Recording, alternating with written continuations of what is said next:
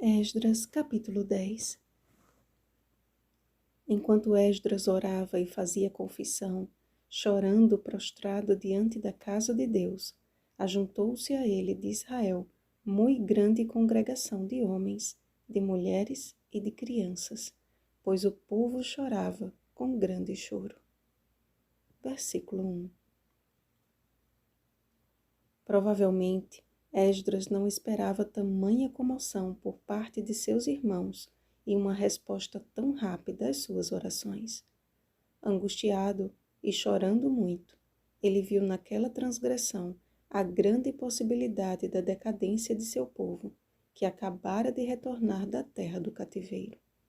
Ultrapassados os limites por Deus estabelecidos, os filhos de Israel romperam as fronteiras da nação, casando com mulheres estrangeiras dos povos de outras terras. Desses matrimônios foram gerados filhos que, por sua vez, recebiam toda a influência pagã de suas mães idólatras, perdendo assim a identidade como nação eleita de Deus. Esdras foi levado a olhar para os resultados desastrosos da desobediência. Quando cativo em Babilônia, pôde ver de perto a corrupção em todas as suas formas, e como o simples assentimento com os costumes seculares abre uma porta para a total apostasia.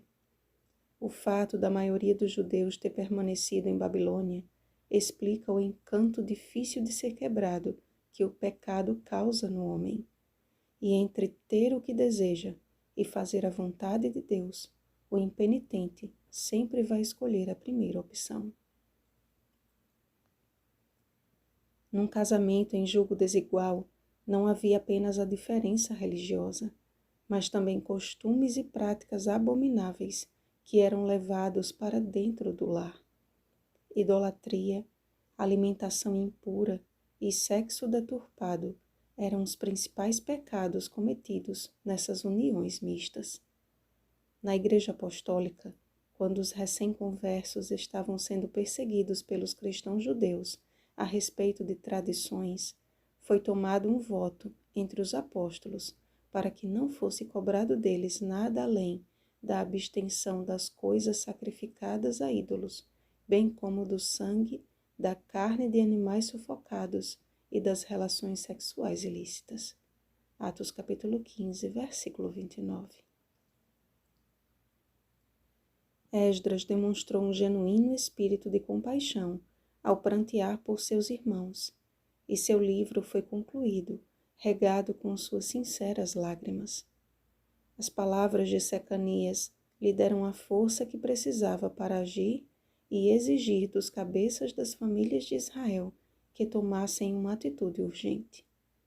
A forma radical de resolver a situação, mandando embora suas mulheres e filhos estrangeiros, foi sem dúvida um dos piores momentos pós-exílio.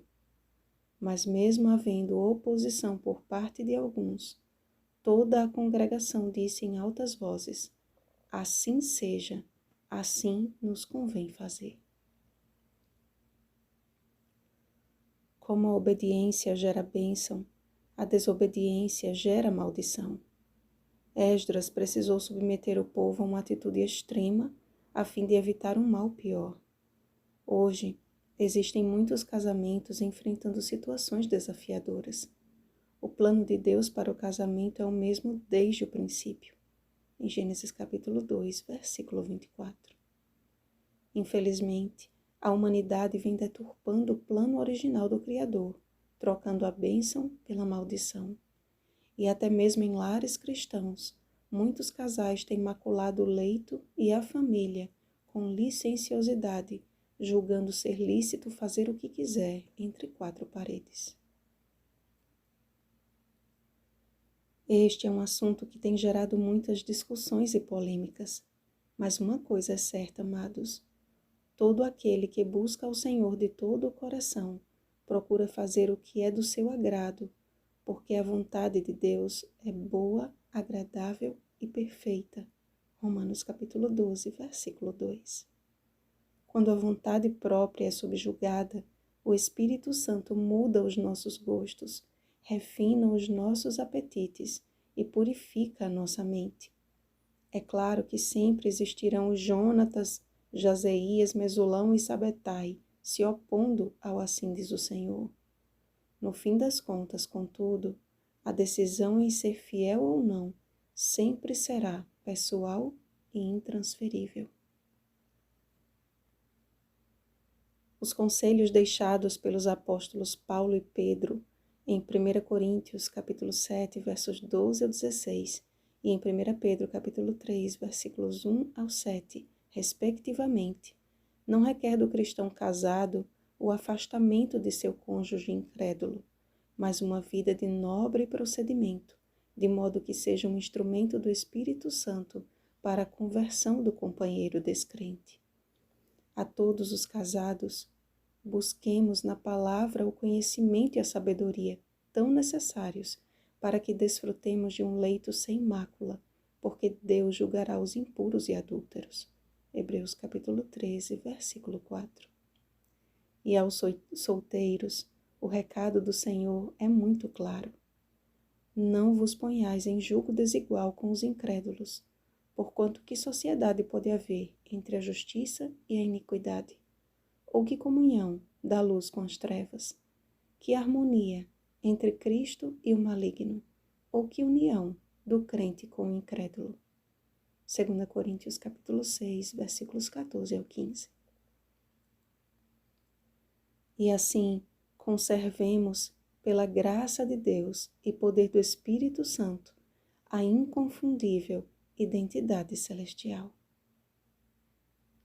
Vigiemos e oremos. Bom dia, fiéis servos de Deus. 10 dias de oração, 8º dia. Oremos pelos desafios e projetos da Igreja em todo o mundo, pelos líderes e membros da Igreja na divisão sul-americana, por nossos 5 amigos de oração. Rosana Garcia Barros.